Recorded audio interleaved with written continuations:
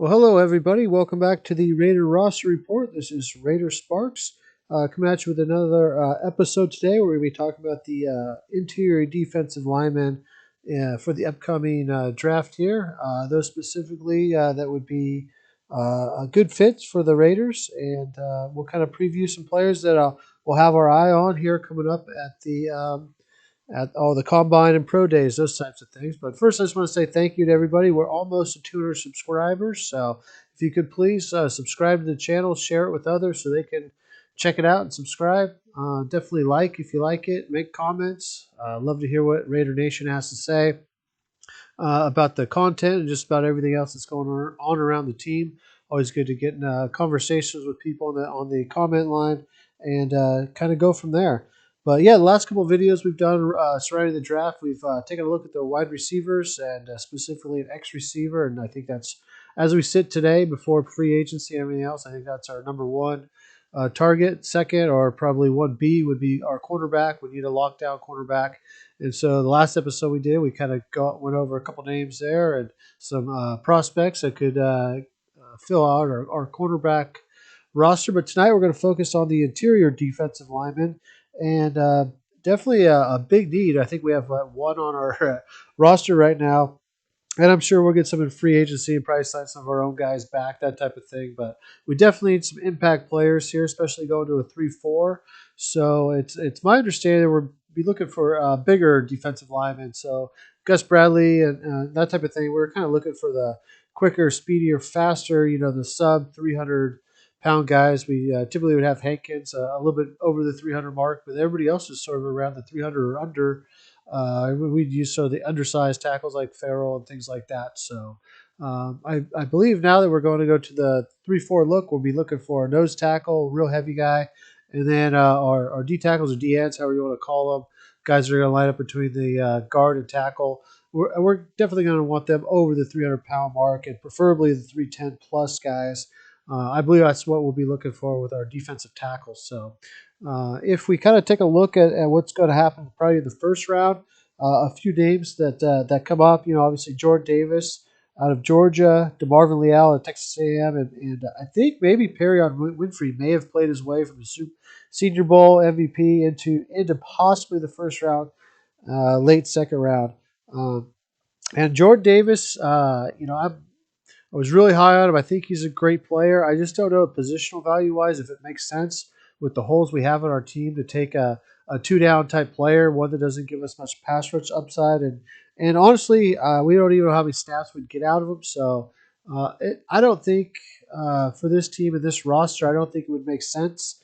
Originally, I did, but now kind of looking over what's been going on and some of these really dynamic tackles that are out there, I think it'd be the way to go. To maybe go a different route in the first round.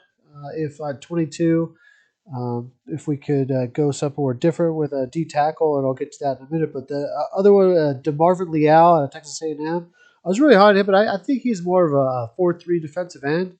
I know he's a 3 tech as well, but most of his damage was done at Texas A&M, sort of at the on the outside as a 4-3 like defensive end. So I think he profiles best in that system. I'm not sure he's a fit.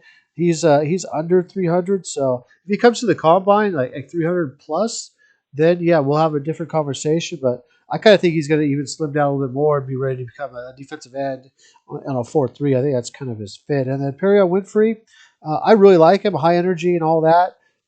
Maybe not as productive in Oklahoma as you'd like, but he showed off in the Senior Bowl, I think, because of the NFL type coaching. I just don't know in a 3-4 if he's like a two gap type player. I think he's more of a 4-3 tech guy. Go after the quarterback, that type of thing, which is great. I mean, I would love to have him on TV even in the second round if he fell far enough, which I doubt he will. Would be an interesting choice to make, but I think the best defensive interior defensive lineman by far, hands down, is Devonta Wyatt out of Georgia. There's no question what this man can do. He's 6'3", 315, 39 tackles last year, 7 tackles for loss, 2.5 sacks. But the numbers don't really tell the story. He's super fast. He's got pass rush moves. He can play anywhere on the interior line. You can line him with 3 technique, 1 technique, 0 technique, whatever you want to do, 4 or 5. You can bring him out if you want. He's got a super quick first step. He already has pass rush moves. And at Georgia, he two-gapped all the time. And he was a good team player. He would two-gap, stick to his responsibility. And Jordan Davis would as well. Just Jordan Davis doesn't on the field nearly as much. But yeah, he'd let the other guys run free. The edges would have one-on-one matchups, and the linebackers would run totally free, either at the quarterback or to get to the tackle. But Devonta Wyatt could give you all the versatility you want. 3 down defensive lineman. I think he's going to be better at rushing the passer, the pros, with a little bit more coaching and a little different scheme. I think he's going to be a tremendous player. So there's a few people or a few folks that I would want to pick at 22 or be willing to pick at 22. And I'll do a whole list of those guys, and I'll put them in order in a different video. But for tonight's video, the guy I would pick at 22, if we went the defensive tackle route, would be Devonta Wyatt, and it's probably even a little high. I mean, you might be able to trade back and get it, but I think before everything's said and done, he's going to be the one that rises up as a defensive tackle the most. So I think that might be the spot to get him. Right now, it probably is too high according to the mock drafts and things like that, but he is a tremendous player. I mean, if you want, just go look at the 2020 All 22 film against Alabama. So yeah, he's an excellent player. Actually, not the Alabama team. What was I thinking about? The championship game. Even you could take a look at that if you wanted to. Really turn on the tape on anything you do. I was just thinking about a different player there. Sorry about that. But he is a tremendous player. Just turn on any All 22. Honestly, Devonta Wyatt. Turn on the practices from the Senior Bowl, and it'll be pretty clear and obvious that he is by far the best interior defensive lineman in this class. So next, if we didn't go with Devonta Wyatt, we wanted a guy to play, have some pass rush ability. It's sort of the 3 technique, but be versatile. Fletcher Mathis out of Alabama. Excellent player, 6'4", 317, 53 tackles last year, 10.5 tackles for loss, and 9 sacks. So there's a guy from the defensive line that can get after the quarterback. He's on the mock drafts fairly high, but he's rarely talked about. He's a tremendous football player. He's got the Alabama coaching. He's going to bring that with him. And just a really excellent player. He played at the Senior Bowl, did a great job. And I think if we missed out on Devonta Wyatt and didn't choose a nose tackle in the second round, Fletcher Mathis would be the perfect choice for us. But if we did want to go with the nose tackle, it would be Travis Jones out of UConn, 6'5", 328, 48 tackles, 7.5 for loss, and 4.5 sacks. So he actually got 4.5 sacks from the nose tackle position and 7.5 tackles for loss. So he had good numbers, and really he's getting a lot of publicity right now, and well deserved, because if you watch him at the Senior Bowl, he was dominant. Most of it was the bull rush, but that bull rush was really effective, and he was really good at it. So if we chose to go nose tackle in that second round, I think this would be the perfect option if he happened to be there. I think it'd be a great pickup for us. Another guy that wasn't at the Senior Bowl that originally was supposed to be there is Josh Paschal out of Kentucky, and he's sort of a tweener. He's kind of played at 275 to 280. I really liked him at tackle, but he might go in to be an end or a 4-3-3 tack. He's a or at a 3-4, he might be a defensive end for sure. But in our system, I think we're going to want bigger than that. So I'm going to really watch Josh to see how he comes into the combine, see what his weight is. And if he reaches that 300 pound, then we're going to have a different discussion about him, because if you watch him play, his first step quickness at his size is fantastic. I was really bummed he wasn't at the Senior Bowl. I'm not sure what happened there, but it would have been nice to see him up against that competition. Just right now, he's sort of a tweener, so maybe he's kind of working on it, maybe just trying to decide which is the best position, that type of thing. Another guy to keep an eye on is Matthew Butler out of Tennessee. A little bit scary. He's a 5-year senior, which I don't normally like, the 5-year players, especially drafting this high in the third round. But he played the Shrine game. All the coaches raved about him. 6'3", 300, so he's a little bit lighter. We might want to see him get a little bit heavier. But his production was fantastic. Last year, 47 tackles, 8.5 tackles for loss, and 5 sacks. Also played the most defensive tackle snaps out of anybody else in the SEC, so he's super durable. He's got a very, very fast, quick first step. His thing is his leg drive, to see if he's got the strength to play in there. I believe he does, so I'll be really watching the combine for that. So he puts on a little weight and gets puts on a little weight, I think, and shows off the bench press a little bit to show their strength. I think we really got something here in the third round if we wanted to go this route. He really impressed in the Shrine Bowl, that's for sure. Another guy, if we wanted to wait a little bit on our nose tackle in round four, Tino Albandia out of UCLA played the Senior Bowl, 6'4", 320. I should mention. One more thing about Matthew Butler. One of the things that's impressive about him is his length. 33-inch arms, but 82-inch wingspan. So he's got that going for him too. He's got a lot of the physical traits you would want, the speed and quickness. I just think for us, he'd want to get a little bit heavier. But back to Tino. He has for a big dude, 6'4", 320. He's also got a very fast first step. Can play anywhere from the 0 to 5 technique, so he can move up and down. 27 tackles last year, 5 for loss, 2 sacks. So not a ton of production, but if you're playing a 1 or 0 technique, not really looking for that. You're looking for a guy to eat up blockers, 2 gap, take on double teams, that type of thing. And this man could certainly do it. He had a nice Senior Bowl. Showed off that speed and quickness. I think he's got a little bit more potential for sacks and tackles for loss, but really a very good player. Another guy that we can look at and I think is one of the most underrated tackles. I think right now he's projected around the 4th round. Is Yumina Zurich. I think that's how I say it. I'm not really sure, but he played the Senior Bowl. 6'5", 320, 43 tackles last year at Iowa State, 12 tackles for loss, and 9 sacks. He gets after it. And one of the reasons he gets after it is he's got 35.5-inch arms and 85 wingspan. He is a 5-year player, so that does scare me a little bit. But if a 5-year player is past the 3rd round, but the production is definitely there. I don't think he's going to be a 4th rounder. I think he moves up to the 3rd, maybe even 2nd, but most likely the 3rd round. This would be a steal for us of that. He can play that defensive end or between the guard and the tackle for us with no problem with those arms, the strength he has, the ability to get after the quarterback would be a fantastic pick for us. Another guy that's rising up the charts is Eric Johnson out of Missouri State, so small school guy. He's 6'4", 302, so a little bit lighter for us. 43 tackles and 6.5 tackles for loss. 19 on his career. Last year, 31 pressures, 6.5 career sacks as well. So he can get after the quarterback a little bit. Not a ton of production, but he did play, or he was invited to the NFL PA Bowl, and he did so well there. He had 4 pressures and a sack. He really caught the attention of the eyes of the scouts, that's for sure. And he got himself a invite to the Senior Bowl. So it's pretty impressive for such a small school guy to have that kind of an impact.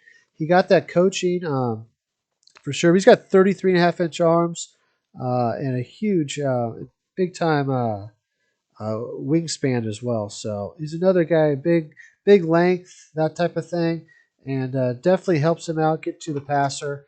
83-inch wingspan. 34.5-inch arms and 10-inch hands. So he's a big dude. He just needs some coaching. So, if he's sitting there around the 5th round or so, I mean, I think he's going to keep rising up the boards, but we'll see. But good for him. He got his opportunity at the NFLPA, and he made the best of it. Got to the Senior Bowl and really turned heads there. So definitely keep an eye on him at the Combine, see how he does. Another guy, if we wanted to go nose tackle later in the rounds, in the 5th round, I know a lot of people have Neil Farrell even further down. I don't. Actually, I think it's about right for him. He lacks a little length, they say, so I want to see his measurables come in. And he had a 5-year career, which sets him back. But, he had 45 tackles, 9.5 tackles for loss, and 2 sacks from the nose tackle position at LSU last year. He ranked, PFF had him with the 5th most amount of run stops and the 2nd highest run stop percentage. So, for a guy that lacks length, he sure has a good tackling rate. He's able to stop the run. So I'm not buying that length thing with him because he did really well at the Senior Bowl as well. And so here's a guy that we could probably wait a little bit and get him in the later rounds if we wanted to get a nose tackle. Another nose tackle out there is McCall. Not a lot of playing time at Kentucky, but he showed up at the Shrine Bowl, and he kicked ass at the Shrine Bowl. He was really good.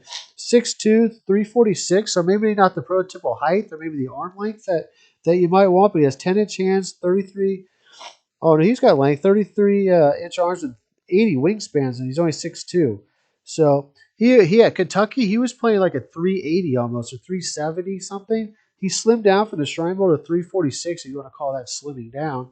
But it paid off. He was dominant at the game. He was a badass.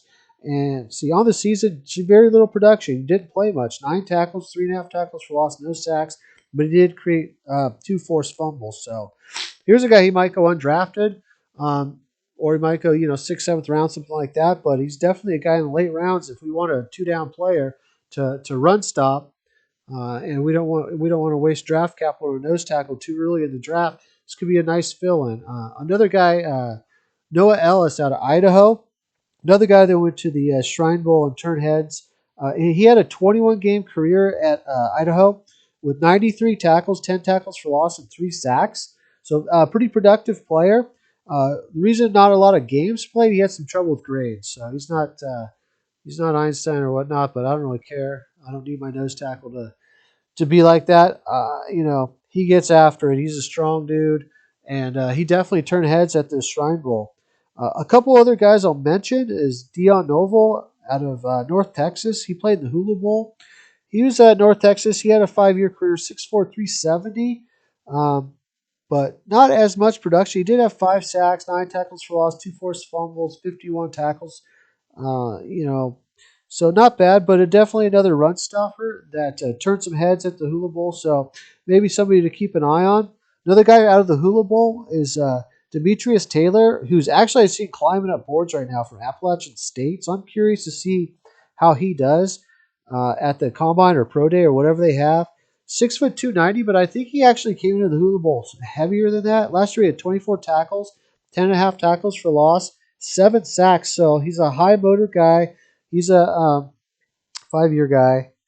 Uh, yeah, he is a 5-year guy, so it's a little questionable. But I will say this about him: if you want a guy to be a backup defensive tackle for us to come in on passing downs, so we don't lose a tackle and we still have the ability to get to the quarterback, he'd be a tremendous pickup late in the rounds to be a rotational piece for us, a third down piece to keep us heavy on the line, and to keep the defensive tackles on the field to be able to rush the passer. So if you had Devonta Wyatt just slide over to nose and you had Demetrius Taylor come in to rush the passer, we'd still have plenty of size on the line. And we'll let Yannick and Max go from the edges, and whoever our stand-up linebacker is.